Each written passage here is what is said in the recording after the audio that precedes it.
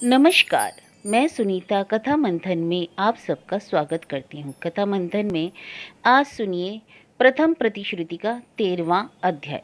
प्रथम प्रतिश्रुति के आगे के 12 अध्याय आपको हमारी प्लेलिस्ट और एंड स्क्रीन से मिल जाएंगे। आप वहां जाकर के चेक कर सकते हैं। इसके अलावा अन्य उपन्यास और कहानियों का लिंक भी आपको डिस्क्रिप्शन बॉक्स से मिल जाएगा। आप सबका लिंक प्लेलिस्ट में दिया हुआ है, वो प्लेलिस्ट ब्लॉग में है, आप वहां जाकर के चेक कर सकते हैं। अगर आप हिंदी हॉरर स्टोरी कहानी सुनते हैं तो आप हमारी हिंदी हॉरर स्टोरी के ब्लॉग में जाकर के वहाँ पे हॉरर स्टोरीज़ के लिंक भी दिए हुए हैं, चेक कर सकते हैं। तो चलिए शुरू करते हैं प्रथम प्रतिश्रुति का 13वां अध्याय। अरे भैया, जरा कदम बढ़ाकर चलो, जल्दी है।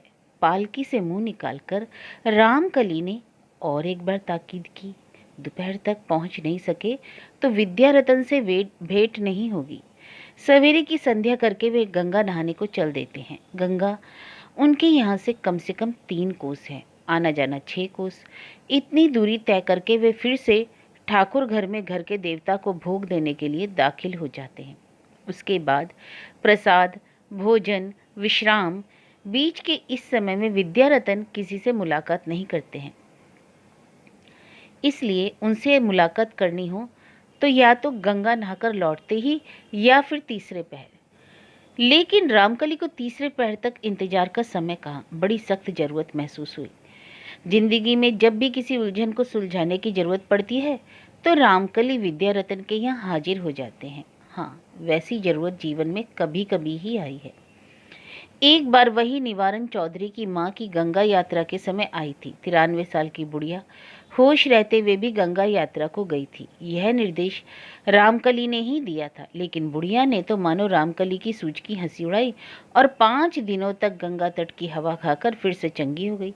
और चंगी हो गई तो लगी जिद करने की, मुझे ले चलो घर, तन में ताकत है। उम्र के नाते मन नासमझ हो गया। निवारण चौधरी दौड़े दौड़े रामकली के पास आए कि अब क्या किया जाए।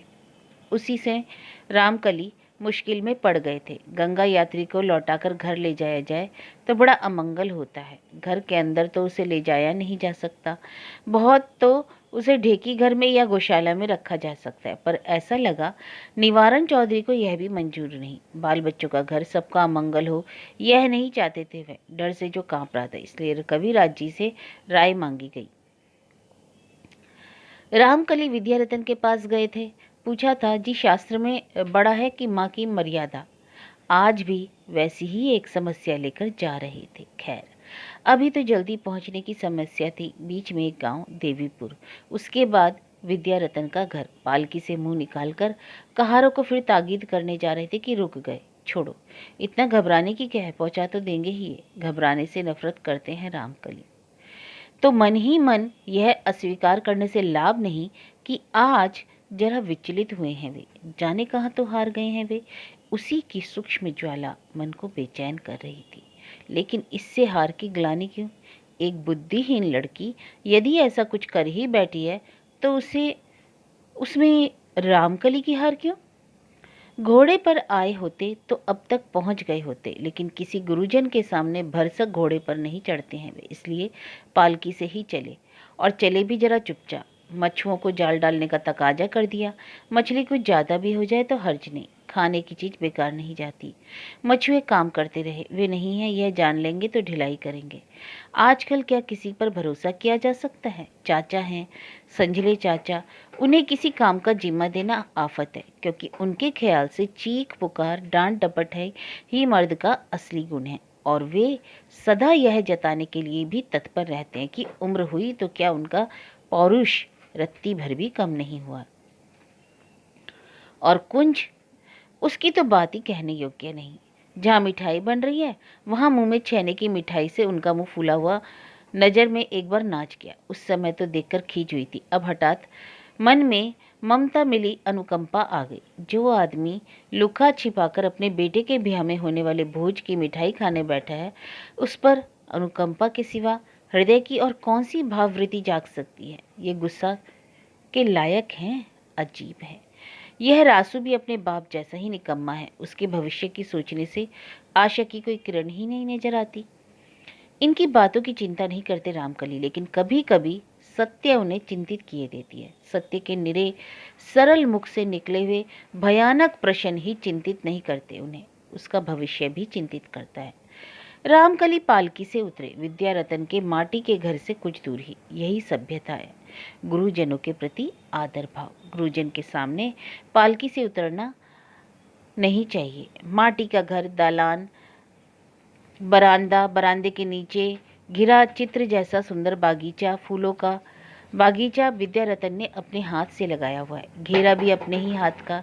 टगर, गेंदा, चीरमीरा, बेला, मल्लिका, अड़हल, कनेर, संध्यामणि, तरह तरह के पेड़, सालों भर फूलों का समारोह। बेड़े के किनारे तुलसी की क्यारी। गंगा नहाने जाने से पहले बगीचे की देखभाल विद्यारतन की एक आदत है। पाँव में खड़ाऊं, पहनावे में अपने हाथ के काते सूत की धोती और चादर। पीतल के झारे से पेड़ों में पानी डाल रहे हैं। धूप में रामकली की छाया पड़ते ही उन्होंने नजर उठाकर देखा। वे झट झट बोल नहीं पड़े। अचानक आने की कैफियत भी नहीं पूछी। रामकली का प्रणाम करना हो चुका तो उनके माथे पर हाथ रखकर बोले, आओ, दीर्घायु हो। शांत, सौम्य मुखड़ा, सांवले से छोटे कद के, सिर के बाल सफेद, लेकिन चेहरे पर झुर्रियों का नाम नहीं। सहज ही यकीन नहीं होता कि उनकी उम्र 80 को छू रही है। उनके झकमगाते दांतों की पात की स्वच्छ हंसी भी यह यकीन नहीं करने देती। बरामदे पर 2-3 छोटी छोटी चौकियां, पास ही सीढ़ी पर लोटे में पानी। पैर धोकर बरामदे की चौकी पर बैठे रामकली विनम्र हंसी हंसकर बोले, आपके तो पूजा का समय हो गया। हाँ, समय तो हुआ, विद्यारतन ने मुस्कुराकर कहा। कहना है कुछ? रामकली ने इधर उधर कुछ नहीं किया, सिर उठाकर बोले, जी, आज फिर एक प्रश्न लेकर दरबार में हाजिर हुआ हूँ। मुझे कृपया करके यह बता दीजिए, आदमी बड़ा है कि यश, मर्यादा या अहंकार? ठीक इसी समय एक छोटी सी लड़की किसी दूसरे से नहीं, अपने ही मन से ठीक ऐसा ही प्रश्न पूछ रही थी। अच्छा, यह भी कहूँ, आदमी बड़ा है कि तुम लोगों का गुस्सा? ताज्जुब है, एक आदमी खो गया और मालिक ने सत्य पर ही आंखें रंगा रही हैं। खबरदार, होठ मत हिलाना, किसी के कानों कान खबर ना हो, तुम लोगों का हाड़ मांस जुदा जुदा कर दूंगी। अच्छा बाबा, तुम्हारी ही जिद रहे, गुस्से को धो धो कर पियो। उधर विद्यारतन रामकली से कह रहे थे, समय के समंदर में एक आदमी का जीवन मरण, सुख दुख कुछ भी नहीं है रामकली। बुलबुला, कुल छोड़ने वाली बहू को खोजने की जरूरत नहीं है, लेकिन समाज को तो जवाब देना पड़ेगा। जो सत्य है साहस के साथ वही कहो। सत्य को साफ कहना चाहिए, यही धर्म है, उसे छुपाने की जरूरत नहीं। बहू को तो तुम अब अपना नहीं रहे हो, समझो कि वह मर गई। लेकिन पंडित जी, मैं यह सोच भी नहीं पा रहा हूं कि लोग मेरे घर की बात पर आलोचनाएं करें। तुम्हारे बदन में किसी बुरे का होना असंभव नहीं, वह अगर हो तो क्या करोगे तुम? ईश्वर के विधान को मानना ही पड़ेगा। इसके सिवाय यह भी कि ऐसे कुछ की जरूरत भी नहीं है। शायद ही कि तुम्हारे मन में कहीं अहंकार माया। अहंकार? जी, मैं के प्रति मेरे मर्यादा की सचेतना क्या भूल है? यही तो बड़ी उलझन की बात है रामकली। आत्म मर्यादा का ज्ञान और अहंकार दोनों जुड़वा भाई हैं, जैसे एक से हैं। बड़ी ही बारीक दृष्टि से इन दोनों का भेद समझ में आता है। और फिर तुम ब्राह्मण हो, रजोगुण तुम्हारे लिए नहीं है, लेकिन आज तुम्हारा मन बड़ा चंचल है, तुम बहुत व्यस्त भी हो, सो आज यह सब आलोचना रहने दो। रामकली ने सिर झुकाकर जमीन ताकते हुए जरा देर कुछ सोचा, उसके बाद सिर उठाकर दृढ़ स्वर में बोले, ठीक है, आपकी आज्ञा, सिर आंखों उठाता हूँ। उन्होंने विद्यारतन के चरणों की धूल ली और पालकी पर आ बैठे। लौटते हुए कहारों को जल्दी की ताकीद की याद न रही। विद्यारतन की एक ही बात से उन्हें बड़ी ठेस लगी। उन्होंने कहा, ब्राह्मण हो तुम, रजोगुण तुम्हारे लिए नहीं है, लेकिन यही सत्य है क्या? ब्राह्मणों में तेज नहीं होगा, होगी केवल रजोगुण रहित बुझी बुझी सी शांति। लौटे तो देखा घर लोगों से खचाखच भर गया है। निमंत्रित व्यक्ति प्राय आ ही पहुंचे और रसोई भी तैयार है। केवल रामकली के नहीं रहने के कारण ठीक से लोगों को बैठा नहीं पा रहे थे। लोग गपशप कर रहे हैं। ठीक इसी वक्त दूर से चिनी हुई पालकी के कहारों की हुम आवाज सुनाई पड़ी। आशा से सभी अधीर हो गए। आ गए। सबने यही सोच लिया था कि किसी रोगी की हालत नाजुक होगी, इसलिए लाचारी में रामकली को जाना पड़ा। कुंज ने भी तो लोगों से यही कह रखा था। अंदर महल में शंकरी के बारे में खाना फूसी शुरू हो गई थी। बाहर महल लेकिन बिल्कुल निश्चित था। रामकली के आते ही अतिथि अभ्यागतों में जो बड़े थे वे लोग आगे बढ़ाए। कौन बीमार है रामकली, किस बस्ती में? किसी ने पालकी को देवीपुर की ओर जाते देखा था। वहीं किसी को, जी नहीं, मैं मरीज देखने नहीं गया था। रामकली ने भीड़ भरे अटचरिये की तरफ एक बार निगाह दौड़ा ली, फिर जरा रुककर बोले, मैं और ही एक जरूरत से गया था, जिसकी बात मैं अभी आप लोगों से बताऊंगा। गर्चे अभी आप लोगों ने खाया नहीं, भूखे हैं। मेरी बात सुनकर आप लोग क्या सोचेंगे, मैं यह भी ठीक ठीक समझ नहीं पा रहा हूँ। फिर भी भोजन आदि के पहले वह बात बता देना उचित समझता हूँ। आप लोग मुझे उसकी अनुमति दीजिए। रामकली का भारी कंठस्वर मौन खड़े लोगों के बीच गमगम कर उठा। किसी अनजानी आशंका से बहुतों के कलेजे कांप उठे। कुंज पीछे हटकर जमीन पर जा बैठे। रासू भीड़ के बिल्कुल पीछे था। वह चाचा के तमतमाए चेहरे की ओर हाँ किए ताकने लगा। लोग बाग समझ ही नहीं पा रहे थे कि बात आखिर है क्या। खाने की चीजों को कोई छूत लग गई, लेकिन वही कैसे कहा जाए। रामकली के अचानक ही यहाँ से चल देने का प्रश्न भी तो है। तो क्या रामकली के किसी अपने आदमी का देहांत हो गया जिसके लिए बाहर चले गए?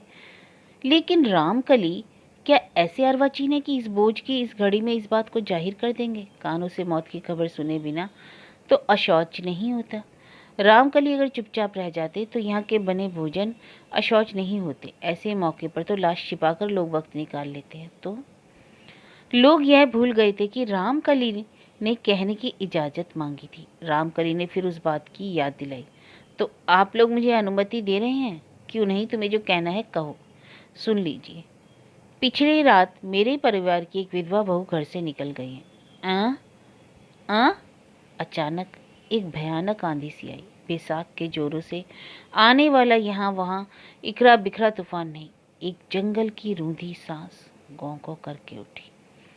वह सांस इकट्ठे लोगों के चोट खाए विस्मय की संवेद आवाज थी। अपने इन भूखे निमंत्रित अतिथियों के लिए रामकली यही वज्र इतनी देर से तैयार कर रहे थे। आवाज की उस भयंकर आंधी में रामकली के अंतिम शब्द दब गए थे कि वे फिर गमगम कर उठे। अब आप लोग यह तय करें कि इस अपराध में मुझे त्याग करेंगे या नहीं करेंगे। रामकली मानो मंच पर खड़े होकर भाषण दे रहे हो, ऐसी धीर स्थिर थी उनकी मूर्ति। और रामकली को त्याग करना संभव है, संभव भी हो सकता है। समाज की जो बात ठहरी। निवारण चौधरी के मामा विपिन लहरी कद के बड़े नाटे। उन्होंने एक छोटी सी चौकी खींच ली और उस पर खड़े होकर बात को चबाते हुए बोले, त्याग ना करने की बात तो फिर होगी, लेकिन आज तो ऐसे में हम लोगों का यहाँ खाना तो नहीं हो सकता। रामकली ने हाथ जोड़कर शांत गंभीर गले में से कहा, मैं किसी को इस अनुरोध से लाचार नहीं करना चाहता, लेकिन हाँ इतना कह दूं कि मैं उस मति भ्रष्ट औरत को मरा हुआ ही मानता हूँ। मनुष्य के समाज से उसकी मृत्यु हो गई है। भोजन के पहले यह बात बताने का मुझे आखिरी दुख है, लेकिन मेरे विवेक ने इसी को कर्तव्य समझा। विपिन लहरी ने मन ही मन मुंह दूसा। पहले ही बताना कर्तव्य समझा? हाय रे मेरे दुष्टर, यक्का खाना बर्बाद किया, भला होगा, तेरा भला होगा। विपिन लहरी की आंखों से आंसू आ जा रहे थे, फिर भी बोले, मेरे ख्याल से तुम्हें अभी यह खबर छिपाकर ही रखनी थी रामकली। मैंने भी यही सोचा था। रामकली ने फिर एक बार सबके मुंह की तरफ ताक लिया, लेकिन फिर भी ठीक समझा। मेरे इतने बड़े कलंक के बावजूद आप लोग अगर मुझे न छोड़े तो इसे मैं अपने परम भाग्य ही मानूंगा, और यदि छोड़ो तो यह दंड सिर झुकाकर स्वीकार करूंगा। अब कि वह आंधी नहीं, गुंजन सा हुआ। वह गुंजन धीरे धीरे स्पष्ट हो रहा। इसमें लेकिन तुम्हारा क्या कलंक है क्यों नहीं? अपने अंतःपुर में मैं उसकी रक्षा नहीं कर सका। मेरी यह असमर्थता ही मेरा कलंक है, मेरा अपराध है। मैं इसके लिए आपसे क्षमा नहीं मांगूंगा, इस अपराध की क्षमा नहीं। सिर्फ आप सबके स्नेह प्यार के आगे ही मैं हाथ बांधकर यह प्रार्थना करता हूँ कि इसके बाद आप लोग मुझे इसकी जो भी सजा देंगे स्वीकार करूंगा। केवल आज दया करके आप लोग भोजन कीजिए। फिर एक बार आंधी सी उठी, असंतोष की या उल्लास की? शायद उल्लास की। चौकी पर खड़े नाटे विपिन लहरी की आवाज ही सिर्फ सुनने में आई, अच्छा, आज भर के लिए तुम्हारी प्रार्थना स्वीकार करने का हम निश्चय करते हैं। रामकली धीरे धीरे वहां से चल दिए, सिर ऊंचा किए। सवेरे नेड़ू को हाथ की लिखावट का अभ्यास करना होता है। पूरब के आंगन की धूप जब तक अमरूद के पेड़ के ठीक नीचे ना आ जाए तब तक उसे वह काम करते ही रहना पड़ेगा, यही उसे कहा गया है।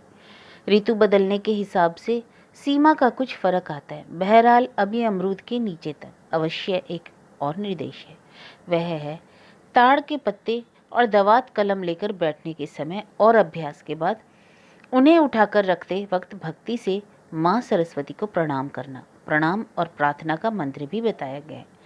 देवी की प्रसन्नता लाभ के लिए विद्या अर्जन से ज़्यादा आस्था नेड़ू की प्रार्थना पर ही है।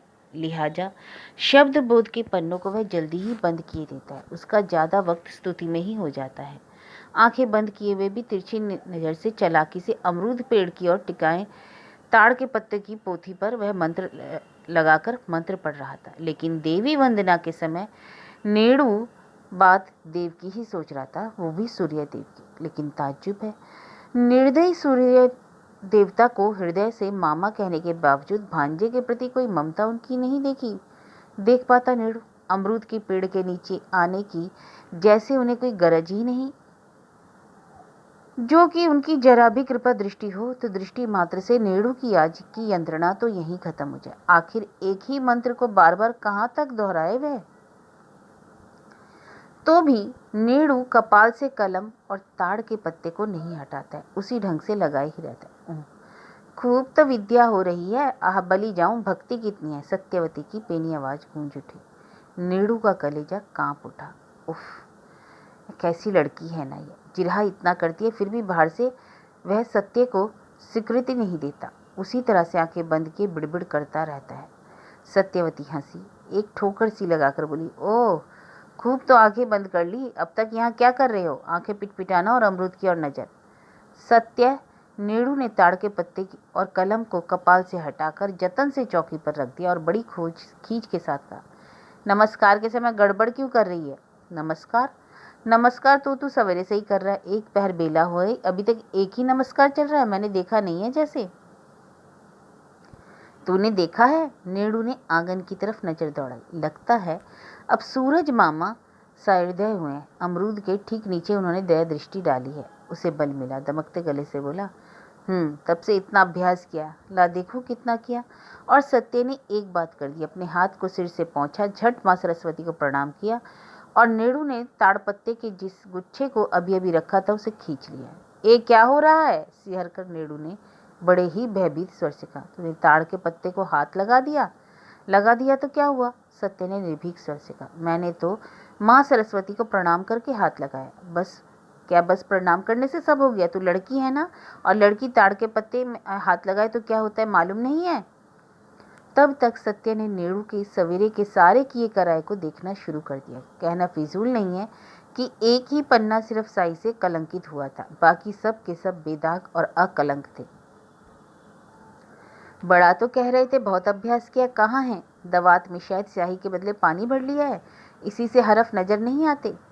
सत्य का व्यंग का ढंग तीखा था। बोलने के साथ साथ वह आंखों की पुतली को भी भरसक करीब ले आई थी, चेहरे पर कौतुक की चमक। इतना सहन करना बड़ा कठिन। नेड़ू ने झटका देकर अपनी संपत्ति छीन ली और बिगड़ कर बोला, अच्छा रहने दे, मुझे विद्या ना होगी तो तेरा क्या, अपना क्या होता है सो देखना। मैं जाकर सबसे कह देता हूँ तूने ताड़ के पत्ते को हाथ लगाया है।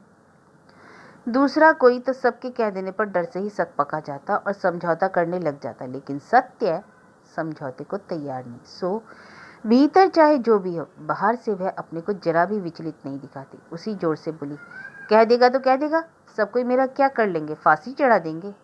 चढ़ाते हैं कि नहीं देख लेना, चला कि नहीं चलेगी। क्यों? लड़कियां ताड़ के पत्ते को हाथ लगाए तो क्या होता है? कलकत्ते में तो कितनी ही लड़कियां लिखती पढ़ती हैं। हाँ, किसने कहा लिखती पढ़ती हैं? लिखे पढ़े तो अंधी हो जाती है ना। हरगिज नहीं, झूठ है। खूब तो जानता है तू, जो पढ़ती लिखती है सबकी सब अंधी हो जाती है। कलकत्ता नाम के अदेखे उस देश में, जहाँ का नाम कभी कभार सुनने में आता है, जहाँ वास्तव में कोई स्त्री लिखती पढ़ती है या नहीं, और लिखती पढ़ती हो तो अपनी आंखें बरकरार रख सकती हैं या नहीं, इस संबंध में नेड़ू को ठीक ठीक कुछ मालूम नहीं। तो भी अपनी बात को सही बनाने की वह जी जान से कोशिश करता है। अभी अंधी ना हो, अगले जन्म में तो होगी। अगले जन्म में? अगले जन्म का तो तू देख आया है। क्यों, मैं तुझसे कही देती हूँ नेड़ू, वह सब कुछ नहीं होता पाता।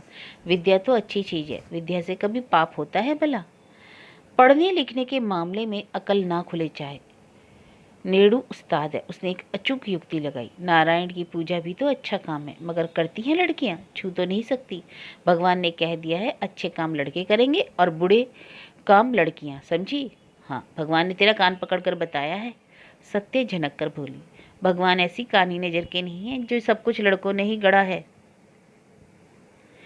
विवाद धीमे धीमे नहीं हो रहा था। आवाज से खिंचकर पुन्नू भी आ गई और कौतूहल से पूछा, अरे मर्दों ने क्या गढ़ा है रे? सत्य ने झट गंभीर सी होकर कहा, कुछ नहीं, शास्त्र की बात हो रही है। शास्त्र? पुन्नू को था नहीं मिली। वह सोचने लगी, यहाँ एकाएक शास्त्र की चर्चा कैसे शुरू हो गई। मौका पाकर नेड़ू ने उसी कह दूंगा वाले सुर में कहा, सत्य की हिम्मत की कहूँ। पुन्नू फुआ, उसने ताड़ के पत्ते को हाथ लगाया और कहती है, लगाया है तो क्या हुआ?